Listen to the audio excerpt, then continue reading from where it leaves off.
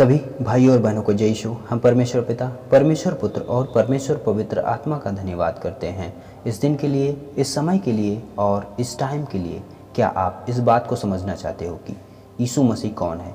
क्योंकि अधिकतर लोग यही बोलते हैं कि अरे वो तो मनुष्य है, वो तो स्वयं को नहीं बचा सका, 2 किलो में मर गया। ऐसा मूर्ख और अंधे लोग का कहना है। ऐसे लोग जो मसीह पर विश्वास करते हैं उन्हें हमेशा भ्रमित करने में लगे रहते हैं। लेकिन परमेश्वर का धन्यवाद हो, प्रभु यीशु मसीह का धन्यवाद हो, परमेश्वर हर एक भाई बहन को संभालता है। वैसे मसीह को छोड़ो, उसकी महिमा को तो तुम समझ ही नहीं पाओगे, क्योंकि किसी ने तुम्हारी आंखें बंद करके रखी है।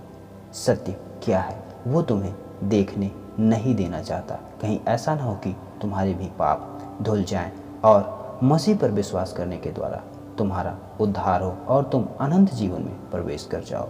मुझे तो तुम्हारी बड़ी चिंता होती है कि तुम्हें कौन बचाएगा। मैं तो तुम्हें यही संदेश देना चाहता हूँ कि किसी के बहकावे में आकर सत्य को मत नकारो, क्योंकि सत्य को झूठ बताने वाला सबसे बड़ा पापी होगा। तुम इस बात पर विश्वास करते हो कि यीशु मसीह कीलों के द्वारा मारा गया। तुम्हें यह बात कहाँ से पता चली? तुम्हें किसने बताया? क्या तुम यीशु मसीह के समय में थे? नहीं थे। बाइबल में लिखी हुई बातों को ही तो बता रहे हो ना। तो तुम इस बात को क्यों स्वीकार नहीं करते कि यीशु मसीह का जन्म मरियम के गर्भ से पवित्र आत्मा की ओर से, अर्थात यहोवा परमेश्वर की ओर से हुआ? तुम इस बात पर क्यों विश्वास नहीं करते कि मरियम के गर्भ के द्वारा जो इस जगत में आया वही लोगों को उनके पापों से उद्धार करेगा? ये भी तो मत्ती 1 उसके 20 पद से 21 पद में लिखा है। इसकी चर्चा आप क्यों नहीं करते हो? यूहन्ना 3 उसके 16 पद में लिखा है, क्योंकि परमेश्वर ने जगत से ऐसा प्रेम रखा कि उसने अपना इकलौता पुत्र दे दिया, ताकि जो कोई उस पर विश्वास करे वह नाश ना हो परंतु अनंत जीवन पाए।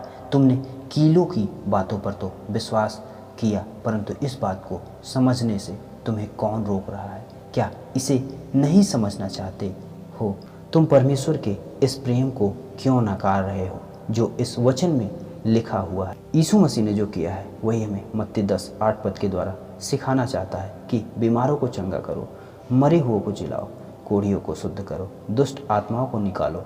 तुमने सेत-मेत में पाया है, सेत-मेत में दो। यीशु मसीह ने इतने महान कार्य हमारे लिए किए जिसकी जितनी महिमा की जाए उतना ही कम है। मत्ती 27 और उसके 63 पद में जो लिखा है, क्या आप उस बात पर विश्वास नहीं करोगे कि यीशु मसीह के पुनः जीवित हो उठने के बारे में बताया गया है?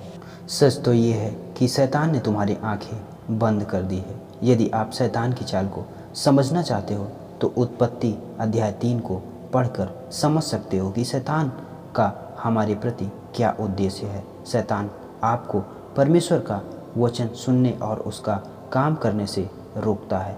वो इसलिए कि शैतान आपको अपने साथ खत्म करना चाहता है, क्योंकि परमेश्वर अंत के दिनों में अंतिम बैरी जो मृत्यु है अर्थात शैतान है उसको नष्ट करेगा। ये बात 1 कुरिन्थियों अध्याय 15 उसके 26 पद में लिखा है। क्या इस बात पर विश्वास नहीं करोगे?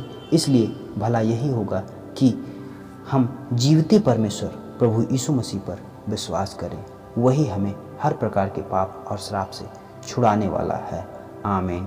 सभी मसीह भाई और बहनों को जय यीशु। हम परमेश्वर पिता, परमेश्वर पुत्र और परमेश्वर पवित्र आत्मा का धन्यवाद करते हैं इस दिन के लिए, इस समय के लिए और इस टाइम के लिए।